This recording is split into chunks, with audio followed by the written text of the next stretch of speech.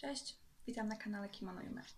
Mam na imię Justyna i opowiem Wam o kimonach, o kitsuke, czyli ubieraniu kimona i prawdopodobnie także o innych dziedzinach kultury Japonii.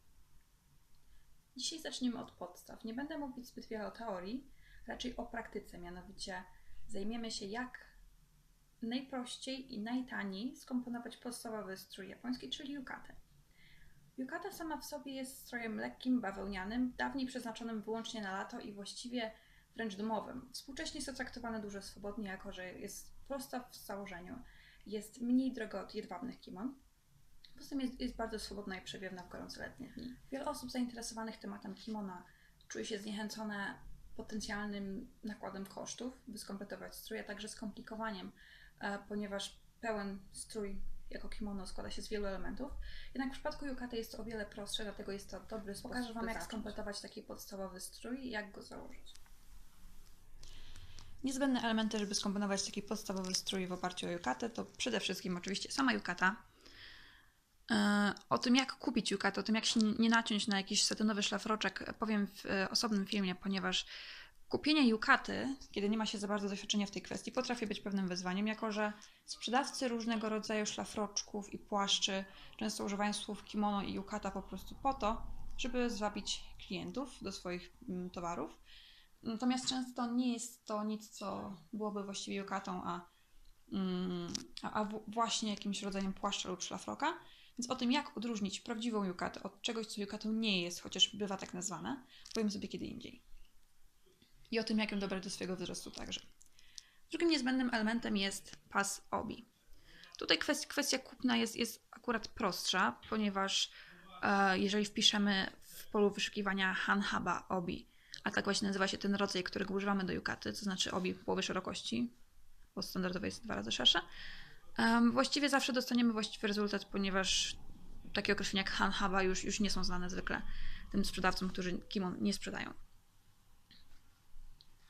Kolejnym niezbędnym elementem, ale już niekoniecznie kupionym gotowo, jest himo. Są to takie 2 paseczki, tutaj jeden tam zwinięty w inny sposób drugi, które są potrzebne nam do podtrzymania yukaty na ciele. I tutaj sprawa jest bardzo prosta, ponieważ jeżeli minimalizujemy koszty, możemy spokojnie wykonać takie himo samodzielnie. Ważne jest, żeby użyty materiał był raczej matowy, bo jeżeli użyjemy satynowej wstążki, będzie ona zbyt śliska i będzie nam po prostu utrudniała swobodne i ładne założenie yukaty. Ma to szerokość około 3 cm, długość mniej więcej 2 metry. Można długość dopasować do swojej budowy ciała. Chodzi po prostu o to, żeby owinąć się nim 2 razy i zostało troszkę zapasu na zawiązanie kokardki. Także żadna filozofia. Można kupić gotowe, można wykonać, jeżeli ktoś ma minimum zdolności manualnych, by wyciąć pasek z tkaniny.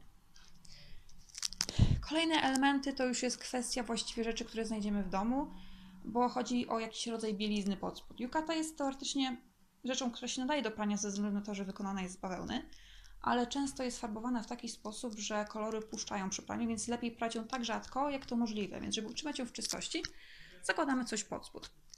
Mogą to być chociażby leginsy i koszulka. Nie musi to być wcale żadna specjalna bielizna, chociaż taka oczywiście też jest dostępna. Chodzi o jakąś warstwę, która odizoluje yukatę od ciała. Ja w tym przypadku mam koszulkę bez rękawów. Możemy też wybrać koszulkę z rękawami, jeżeli jest chłodno. To wszystko zależy od temperatury i od tego, w czym się będziemy dobrze czuć. Jedną rzeczą, na którą warto zwrócić uwagę, to by dekolt nie był zbyt ciasny, by nie sięgał pod samą szyję, ponieważ będzie po prostu wystawał. W kwestii dołu nie ma wielkich wytycznych. Mogą to być leginsy, tak jak tutaj widać, troszkę wytarte, ale to w niczym nie przeszkadza, bo nie będą widoczne. Mogą to być też rajstopy, w niczym to nie przeszkadza. Nawet jeżeli nosimy do tego właściwe klapki, a nie na przykład balerinki, co też jest zupełnie możliwe i dozwolone. Jeżeli nosimy klapki, to po prostu naciągamy rajstopy na palcach, tak by dało się założyć klapki. Chociaż jeżeli zaczynamy swoją przygodę z yukatą i nie chcemy inwestować pieniędzy więcej niż to konieczne, można zdecydowanie nosić ją albo ze zwykłymi klapkami, albo z balerinkami. Dopóki będzie to założone starannie, nikt się nie będzie denerwował, ani nikt nie uzna tego za karygodne.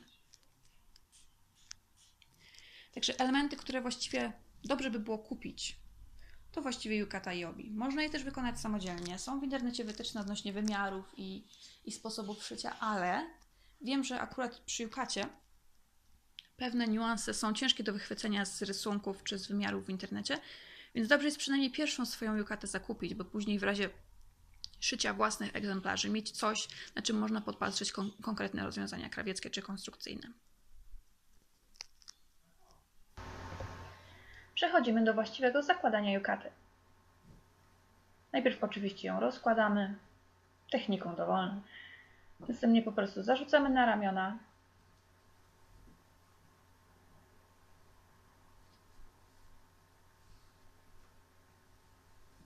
Zakładamy rękawy i staramy się mniej więcej poprawić, żeby to na ramionach leżało względnie symetrycznie. A nie skupiamy się na tym dłużej, bo najpierw układamy dół. Zaczynamy więc od złożenia dwóch końców kołnierza, by mieć pewność, że są na tej samej wysokości. I jedną ręką będziemy trzymać ten kołnierz z przodu, a drugą musimy znaleźć szef po środku pleców. Chwytamy zawsze za ten szef, żeby mieć pewność, że wszystko jest symetryczne.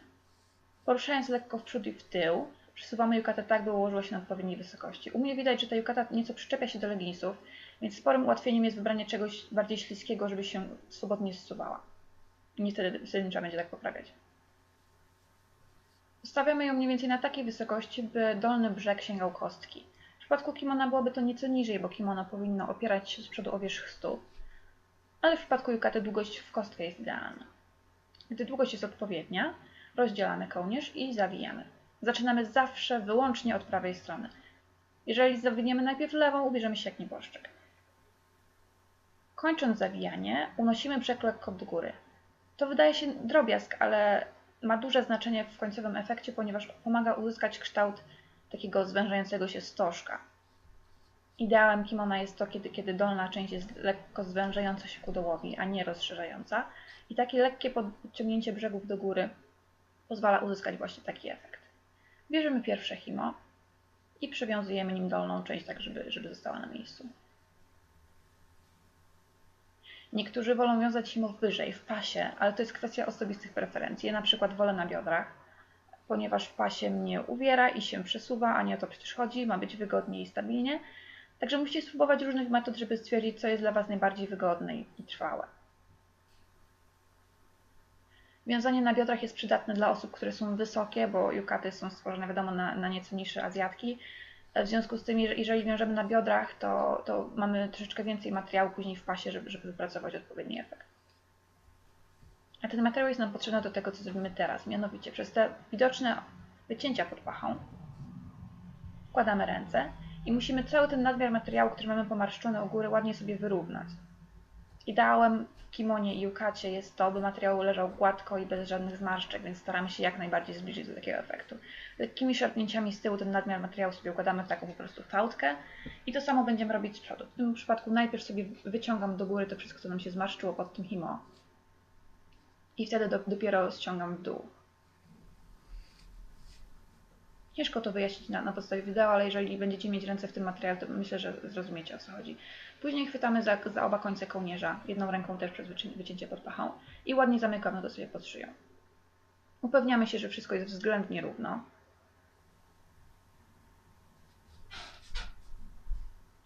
I chwytamy drugie himo. Tutaj miejsce jego właściwego zawiązania też zależy od tego, jak jest Wam wygodnie, jak lubicie. Ja akurat wolę robić to na dolnych żebrach.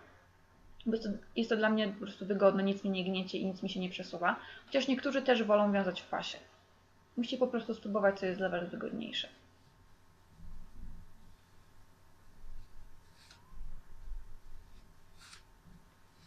Zawsze po zawiązaniu himo te pętelki, które nam powstają, gdzieś kończy po prostu upychamy pod spodem, żeby nic nam się nie wybruszało. Staramy się wszystko wiązać możliwie gładko i płasko, żeby później nie było zgrubień widocznych przez pas.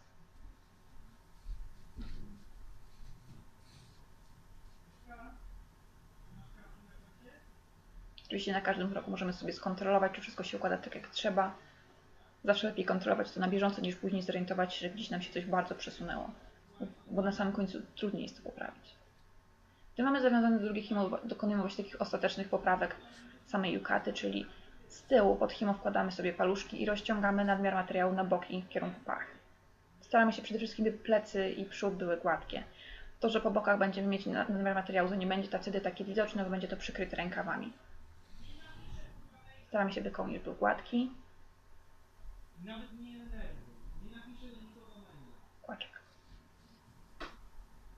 Nadmiar materiału po bokach staram się też mniej więcej zakamuflować, by był jak najmniej widoczny. Bieramy cały nadmiar, jaki tam mamy, ściągamy go do przodu, a później staramy się uformować taką jakby plisę. Chwytamy za szef boczny, przesuwając go do tyłu, jednocześnie palcami upychając nadmiar materiału pod spodem.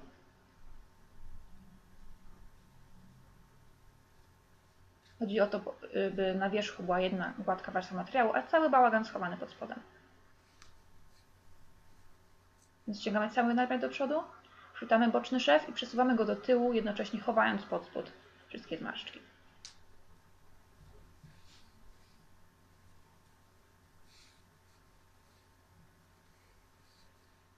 Wyszły nam tutaj pętelki od Himo, więc je wpychamy od nowa pod spód.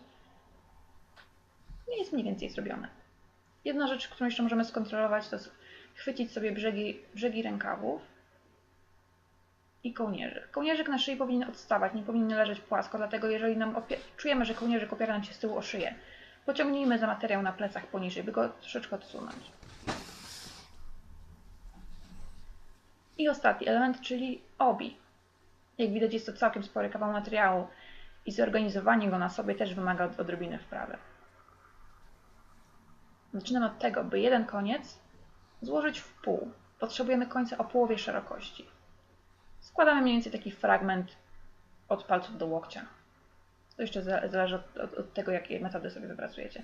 Możemy sobie ten koniec na przykład włożyć za kołnierz, by nam nie przeszkadzał. Są też specjalne klipsy do przytrzymywania końców w trakcie wiązania, ale to jest ekwipunek dodatkowy. Możemy się obejść bez tego.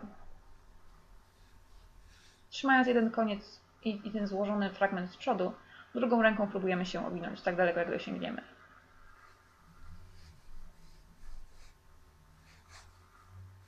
Po zrobieniu jednego okrążenia mniej więcej wyrównujemy i owijamy się raz jeszcze.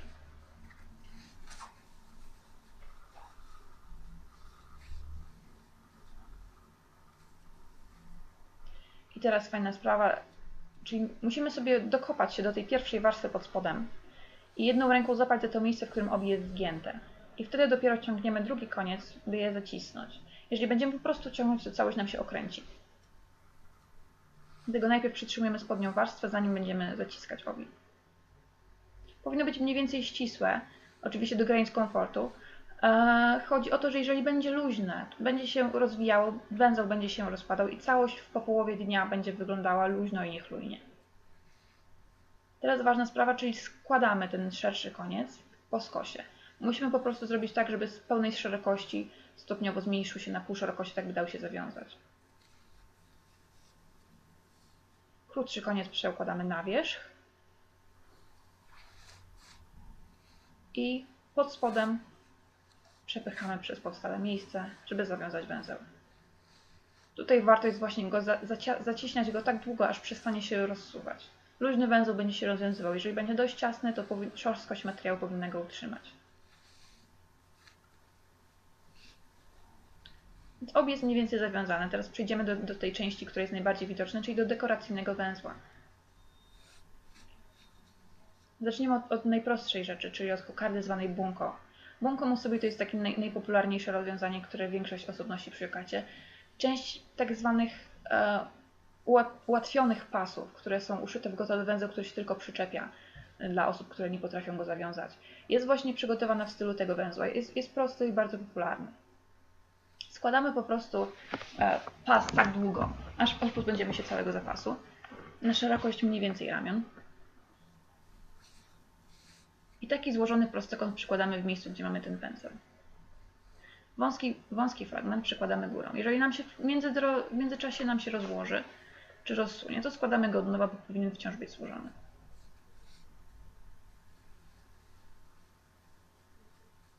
Przekładamy ten wyłożony prostokąt, tak by był mniej więcej w połowie pod tym cienkim paskiem i musimy go po środku pozaginać na kształt kokardy. Można go zrobić najpierw w pół i później podwinąć jeszcze brzegi do góry, tak by powstała mniej więcej zgrabna kokardka.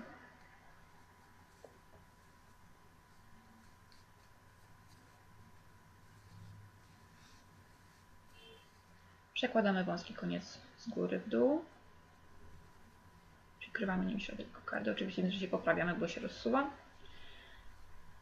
I w tym momencie musimy przepchnąć go pod spodem. Ciężko mi w tym momencie pokazać, w którym miejscu ja to robię, ale chodzi o to, że nie przepychamy go przez wszystkie warstwy pasa, tylko przez sam supeł, który mamy pod spodem. Także wąska część owija kokardę i supeł pod spodem. I wyciągamy do góry, żeby się zacisnęło.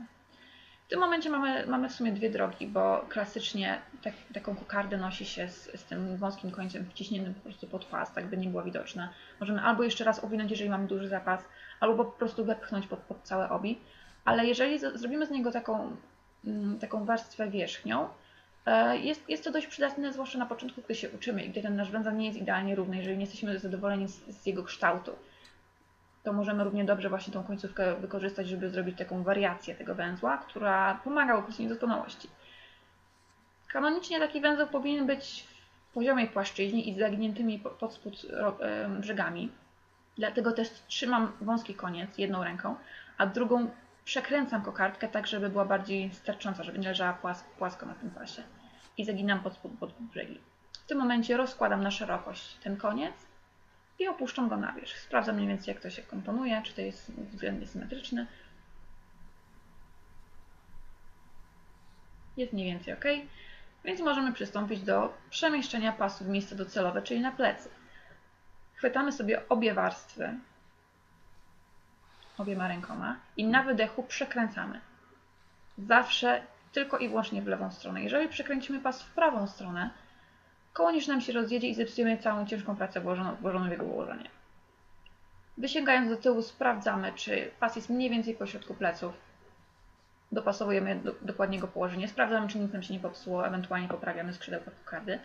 Przechodzimy do przodu i wykonujemy ostatecznych poprawek. Sprawdzamy, czy pas, który wcześniej był na plecach, jest w miarę równo. Zwykle nie, bo ciężko jest to równo zrobić na plecach, więc w tym momencie możemy sobie to wszystko poprawić, rozciągnąć zmarszczki, przesunąć, jeżeli cokolwiek jest w niewłaściwym miejscu. Mi się tutaj na przykład rozjechały warstwy, wierzchnia jest nieco niżej, więc będę to wyrównywać, czyli ściągam po prostu całość nieco w dół, a później wierzchnią warstwę nieco do góry, żeby po prostu ładnie to się wyrównało.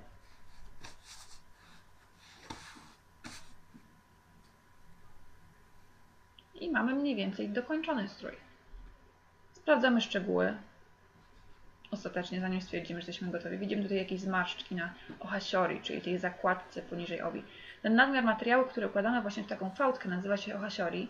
I jego ideał powinien być równy, gładki, płaski. Nie zawsze jest to możliwe, ale staramy się, by to było jak najbliższe takiego efektu. Więc wszelkie zmarszczki chowamy w miejscach, w których po prostu nie będą się rzucały w oczy, na przykład pod wierzchnią warstwę kołnierza, na boki w miejscach, gdzie trzymamy ręce. Tutaj na przykład widać, że zrobiło nam się spore wybrzuszenie, więc musimy to jakoś upchnąć. Zwykle po prostu można taki nadmiar upchnąć jakby pod spód, zrobić jedną widoczną zakładkę, która to będzie płatka i głaska. Przepraszam, gładka, zamiast takiego powyciąganego.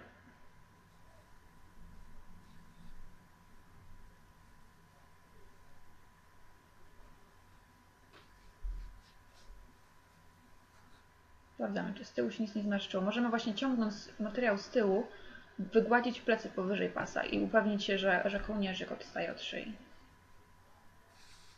Potem chwytamy jeszcze za rękawy, lekko podciągając na boki, to nam też wyrównuje materiał na ramionach. I to właściwie efekt końcowy. Sprawdzamy kołnierzyk.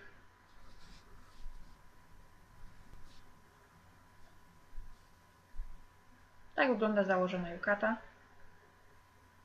przy minimalnym nakładzie akcesoriów.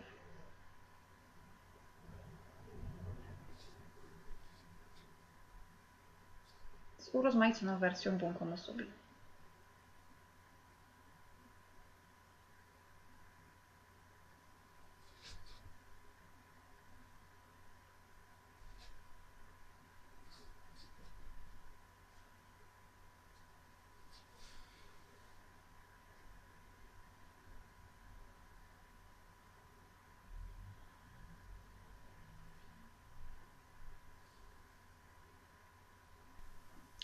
Oto efekt końcowy. Nie jest to książkowo idealne kitsuke.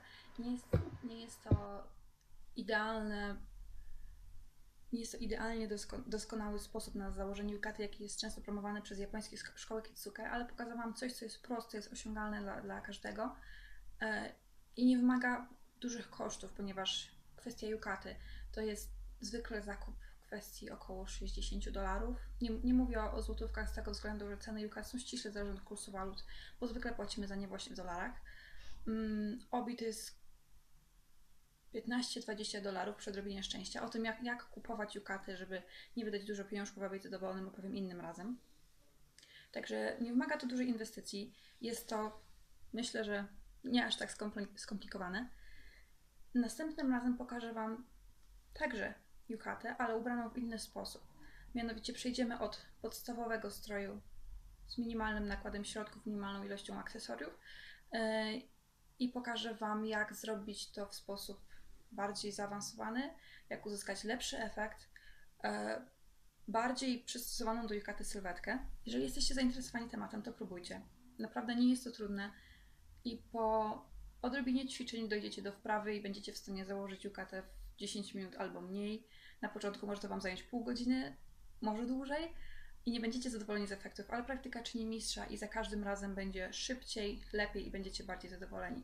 Także jeżeli będziecie już usatysfakcjonowani efektem, jaki uzyskujecie i czujecie, że nic więcej już się w takim zestawieniu nie da zrobić, następnym razem zobaczycie, jak udoskonalić noszenie yukaty, jak przy odpowiednich akcesoriach i przy paru udoskonaleniach sprawić, że ta yukata będzie leżała idealnie gładko, równo i będziemy wyglądać jak z japońskiego festiwalu. Mam nadzieję, że Wam się podobało. Jeżeli macie pytania, zadawajcie je w komentarzach. Do zobaczenia następnym razem.